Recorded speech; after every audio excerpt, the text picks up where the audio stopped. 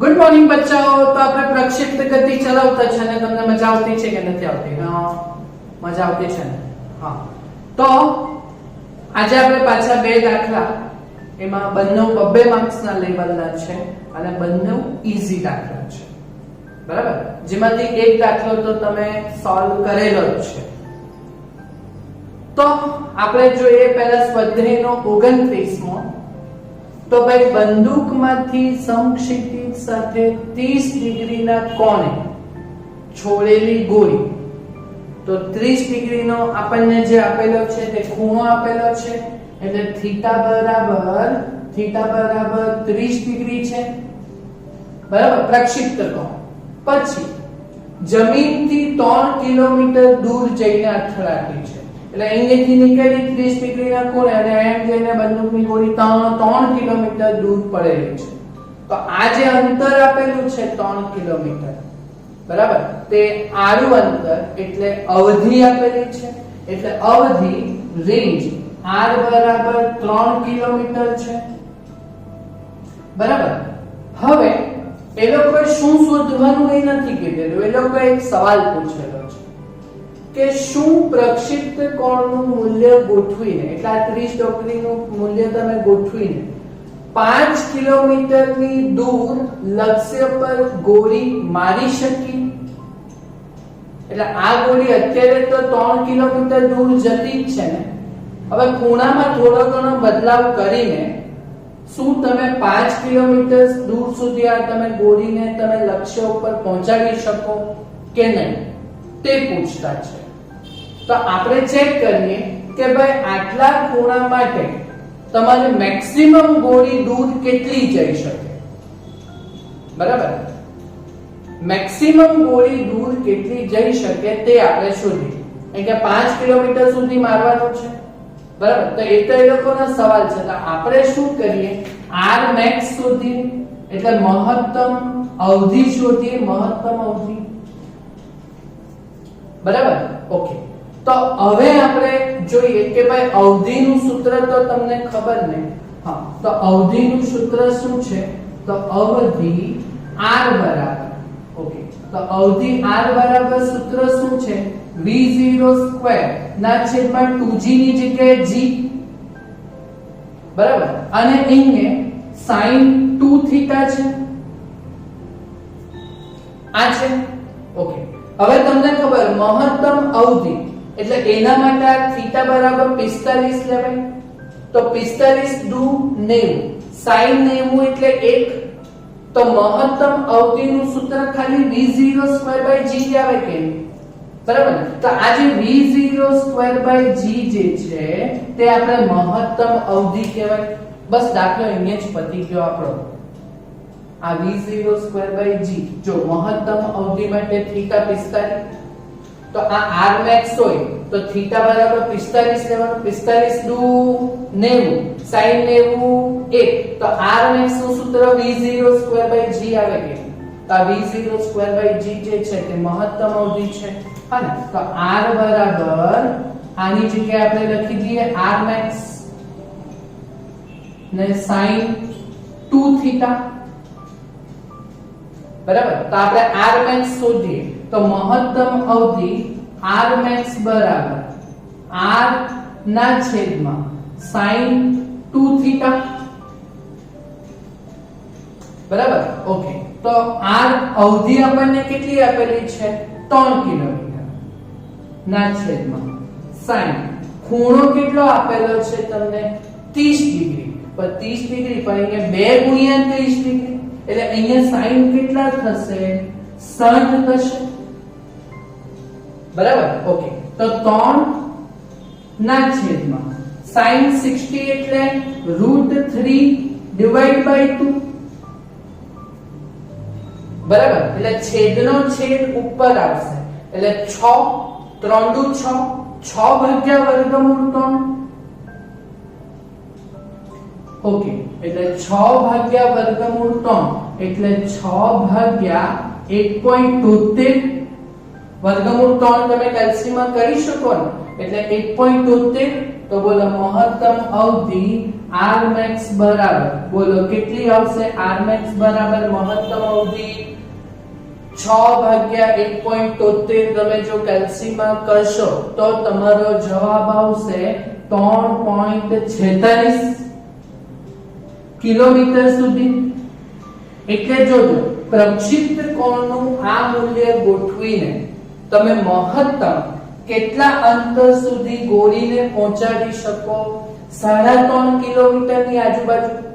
અહીંયા સવાલ કેટલો કીધેલો છે કે 5 કિલોમીટર લક્ષ્ય પર ગોળી મારી શકીએ, તો ભાઈ મેક્સિમમ તમારું 3.46 કિલોમીટર જ જાય, એના કરતા વધારે નહીં જાય.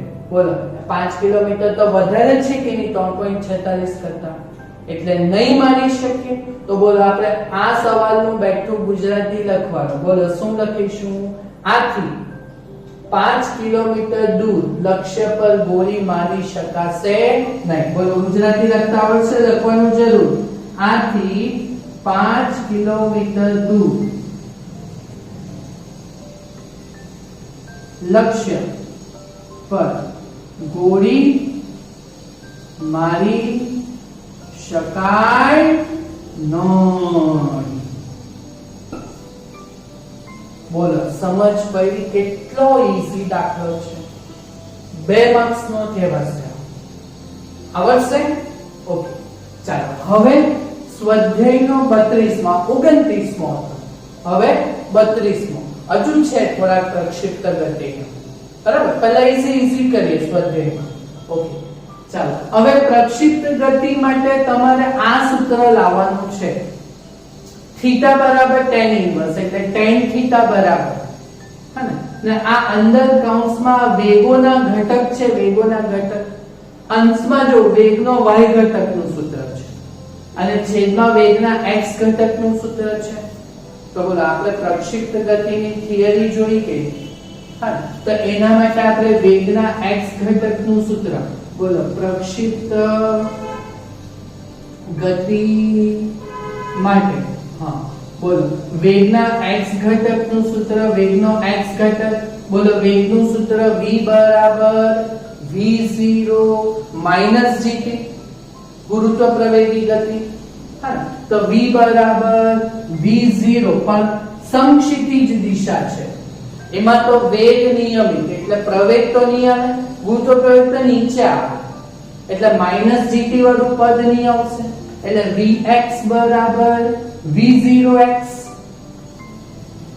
બરાબર. ચાલો તેવી જ રીતે હા વેગનો y ઘટક. ઓકે તો વેગનો y ઘટક એટલે vy બોલો વેગનું સૂત્ર v બરાબર v0 એટલે v0y gt બરાબર. તો પતી ગયું ને. હા તો માટે બોલજો હા તો માટે પ્રક્ષિપ્ત કોણ માટે tan થીટા બરાબર બોલો tan થીટા એટલે સામેની બાજુ, સામેની બાજુ એટલે ઊભી ઘટક, ઊભો ઘટક એટલે y ઘટક એટલે tan થીટા બરાબર વેગનો y ઘટક એટલે vy ના છેદમાં vx. તો બોલો થીટા બરાબર જે સાબિત કરવાનું છે તે થઈ ગયું. થીટા બરાબર tan આગળ જાય તો tan ઇન્વર્સ બોલો છે આવ્યું અંદર હા ને વેગનો y ઘટક જોઈ લો, વેગનો y ઘટક છે બેઠું આપણે ગોખવાનું બી કામ નથી, બેઠા અંદર સૂત્ર છે, સાબિતી છે, મૂકી જ દેવાનું છે. ઓકે તો વેગનો y ઘટક એટલે v0y gt ના છેદમાં વેગનો x ઘટક તો એ v0x. બોલો થઈ ગયું સાબિત? થઈ ગયું ને. ઓકે હવે આ વસ્તુ જોજો, પ્રક્ષિપ્ત ગતિ માટે દર્શાવો કે પ્રક્ષિપ્ત કોણ થીટા બરાબર tan ઇન્વર્સ 4hm/r.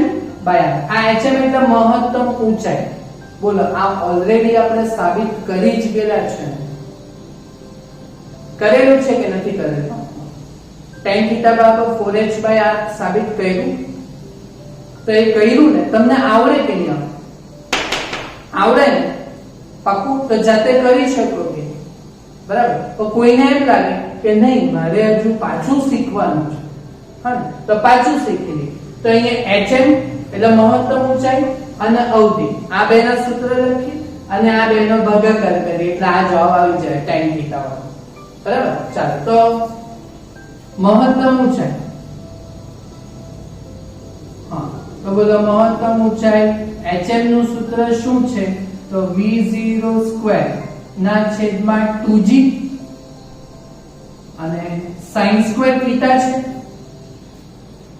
બરાબર. અને અવધિ નું સૂત્ર શું છે આપણી પાસે? અવધિ એટલે રેન્જ r બરાબર v0² ના છેદમાં 2g ની જગ્યાએ v0² ના છેદમાં g અને sin² થીટા માં પેલો વર્ગ બેઠો અંદર ગુણાઈ જાય એટલે sin2θ. બોલો હવે ઊંચાઈ અને અવધિના સૂત્ર લખી કાઢ્યા. આ બેનો શું છે અંદર જોજો? ભાગાકાર. તો ભાગાકાર કરી નાખીએ. બરાબર. તો ચાલો બેનો ભાગાકાર કરીએ એટલે hm/r. બોલો hm/r કરીએ. હા તો ઉપર v0² ના છેદમાં g, v0² ના છેદમાં 2g ના છેદમાં v0² ના છેદમાં g આના છેદમાં અને ઉપર sin² થીટા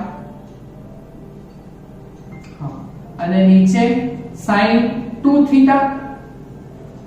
બરાબર. ચાલો હવે શું થશે? તો v0² કેન્સલ, g કેન્સલ. હા ને? તો hm/r બોલો તો hm/r is equal to આગળ તો રહ્યું 1/2 બે છેદમાં આવી જશે. ઓકે. ને sin² થીટા અને sin θ sin θ અને sin2θ નું સૂત્ર ત્રિકોણમિતિનું 2 sin θ cos θ છે ને સૂત્ર. ઓકે. પાછું કેન્સલ શું થશે? sin θ કેન્સલ થશે.